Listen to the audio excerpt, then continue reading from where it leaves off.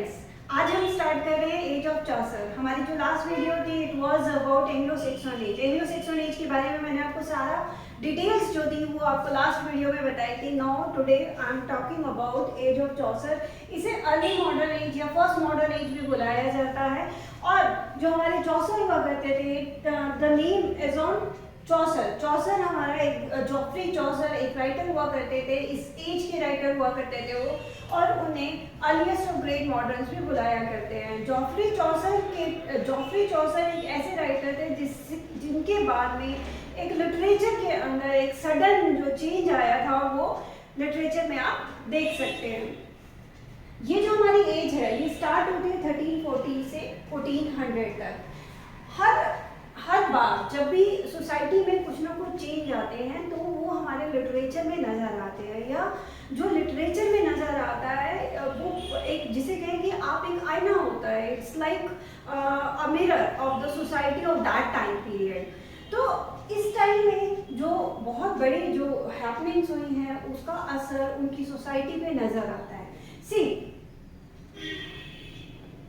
चौसर as में यानी early चौसर, ये जो हमारी एज ऑफ चौसर है यानी अर्ली मॉडर्न एज में एक बहुत बड़ा इवेंट हुआ 1348 में ग्रेट प्लेग आया।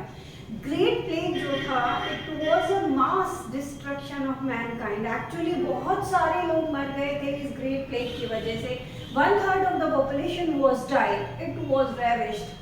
और जब भी कभी कुछ बहुत बड़ा इस तरीके की घटना हो जाती है, सुनामी आ जाए या फिर प्लेग आ जाए या फिर अर्थक्वेक्स आ जाए जिसकी वजह से मास डिस्ट्रक्शन हो जाता है सोसाइटी का, तो लोगों में एक डर आ जाता है। हमारे अगर हम अपने इंडियंस की बात करें तो अगर हम में डर आएगा तो हम कहाँ भागेंगे? एंड रिलीजन वो चीज़ होती है जिसमें कि इंसान अपने आप को बचाने की कोशिश करता है।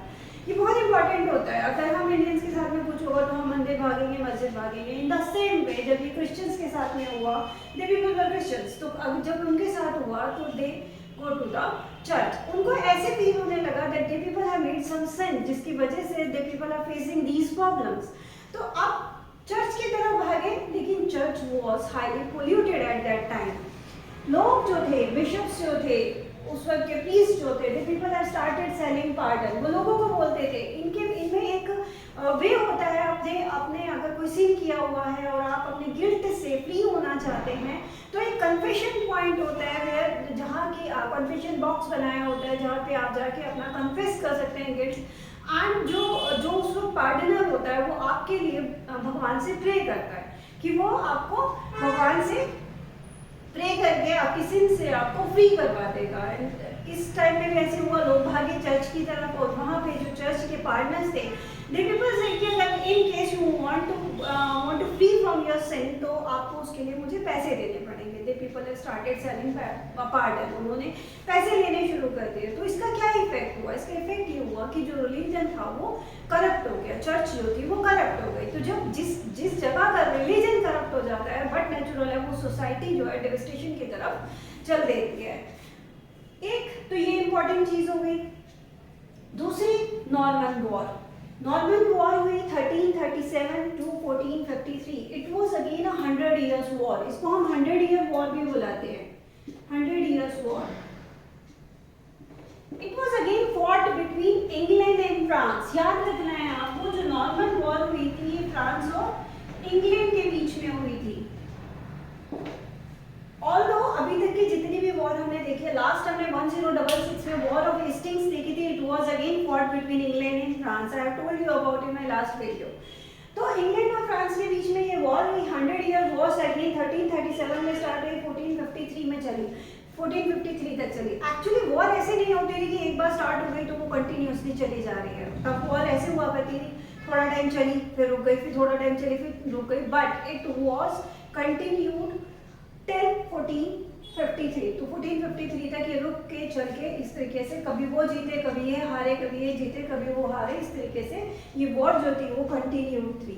तो इम्पॉर्टेंट रूलर्स, इंग्लैंड के important rulers at that time जो सबसे इम्पॉर्टेंट थे वो थे Edward third, Richard second and Henry fourth. और इनका जो टाइम पीरियड था it was for Edward third it was from 1327 to 1377 Richard second जो थे वो 1377 से 1399 तक रहे एंड हेनरी फोर्थ जो थे वो 1399 से 1413 तक रहे। एक इम्पॉर्टेंट चीज़ जो है जो यानी आपको याद रखनी है कि एक इकलौता राइटर जो इन तीनों किंग्स के टाइम पीरियड में था, he was Geoffrey Chaucer. Geoffrey Chaucer इन तीनों किंग्स के टाइम में ही वॉज देयर, राइट। अब आगे हम बात करेंगे कि इम्पॉर्टेंट वॉर्स, इम्पॉर्टेंट बैटल्स कौन कौन सी थी जो कि इस टाइम में हुई। नाउ आपको बताया मैंने कि बैटल्स जो थी इंग्लैंड एंड फ्रांस के बीच में चलती रहती थी, और मैंने आपको 100 ईयर वॉर के बारे में बताया। लास्ट उसमें आपको 100 ईयर वॉर के बारे में बताया कि एक और 100 ईयर वॉर जो थी वो स्टार्ट हो गई थी, और उसकी इम्पॉर्टेंट जो रूलर्स थे वो बताए। अब कभी फ्रांस जीतता है और कभी इंग्लैंड जीतता है, ऐसे बीच बीच में चलता रहता है। नो सी बैटल, ये वो 3 इम्पॉर्टेंट बैटल्स हैं जिसके अंदर इंग्लैंड जो है वो फ्रांस को डिफीट करता है। First is battle of cracy 1346 में हुई थी। बैटल ऑफ पोइटियस 1346 में हुई थी, 1356 में हुई थी, एंड बैटल ऑफ एगिनकोर्ट हुई थी 1415 में।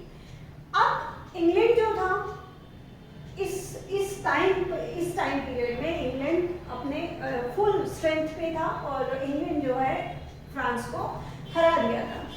अब जो उस वक्त का जो इम्पोर्टेंट डायलेक्ट्स हैं वो 4 डायलेक्ट्स हुआ करते थे इम्पोर्टेंट इंग्लिश के। एक नॉर्दर्नब्राइन, साउदर्नब्राइन, ईस्ट मिडलैंड एंड कैंटिश, राइट। तो ये 4 इम्पॉर्टेंट डायलेक्ट्स थे, लेकिन इसमें से जो डायलेक्ट चौसर ने चुना था, ये नेट में क्वेश्चन पूछा गया था एक बार कि which dialect was chosen by Chaucer to write his poetry. तो उसने जो अपना डायलेक्ट चुना था इट वाज ईस्ट मिडलैंड, ये आपको याद रखना है। ईस्ट मिडलैंड वो डायलेक्ट था जो चौसर ने चुना था। इसके बाद में जो इम्पोर्टेंट पॉइंट है, I am just telling you the important points which you will have to note down in your notebooks and learn it. See, English became the language of court in 1362। पहले Anglo Saxon से पहले old English हुआ करती थी। जब France ने जो French जो पीपल थे इन्होंने कॉन्कर कर लिया था इंग्लैंड को, तो जो नई लैंग्वेज बना ली थी उन्होंने, वो एक ओल्ड फ्रेंच हो गए थे, राइट। तो उन्होंने चेंज कर दिया था। तो जो ये तो एक फैक्ट है कि जो भी कंट्री रूल करेगी लैंग्वेज उसी की आपके ऊपर ओवर पावर रहेगी, वही लैंग्वेज आपकी हर जगह यूज होती है। जैसे जब हमारी इंडिया के ऊपर ब्रिटिशर्स ने अपना कॉलोनियल रूल सेट कर लिया था, तो अभी हमारी जो लैंग्वेज थी हिंदी को उन्होंने ऑलमोस्ट हर जगह से हटा के इंग्लिश से रिप्लेस कर दिया था, and people were forced to learn their language. तो उस वक्त तो वो ज़बरदस्ती सिखाई गई थी, आज हम खुशी खुशी सीखते हैं, राइट। तो English became the language of court in 1362 England के अंदर, right. English became the language of parliament in 1363।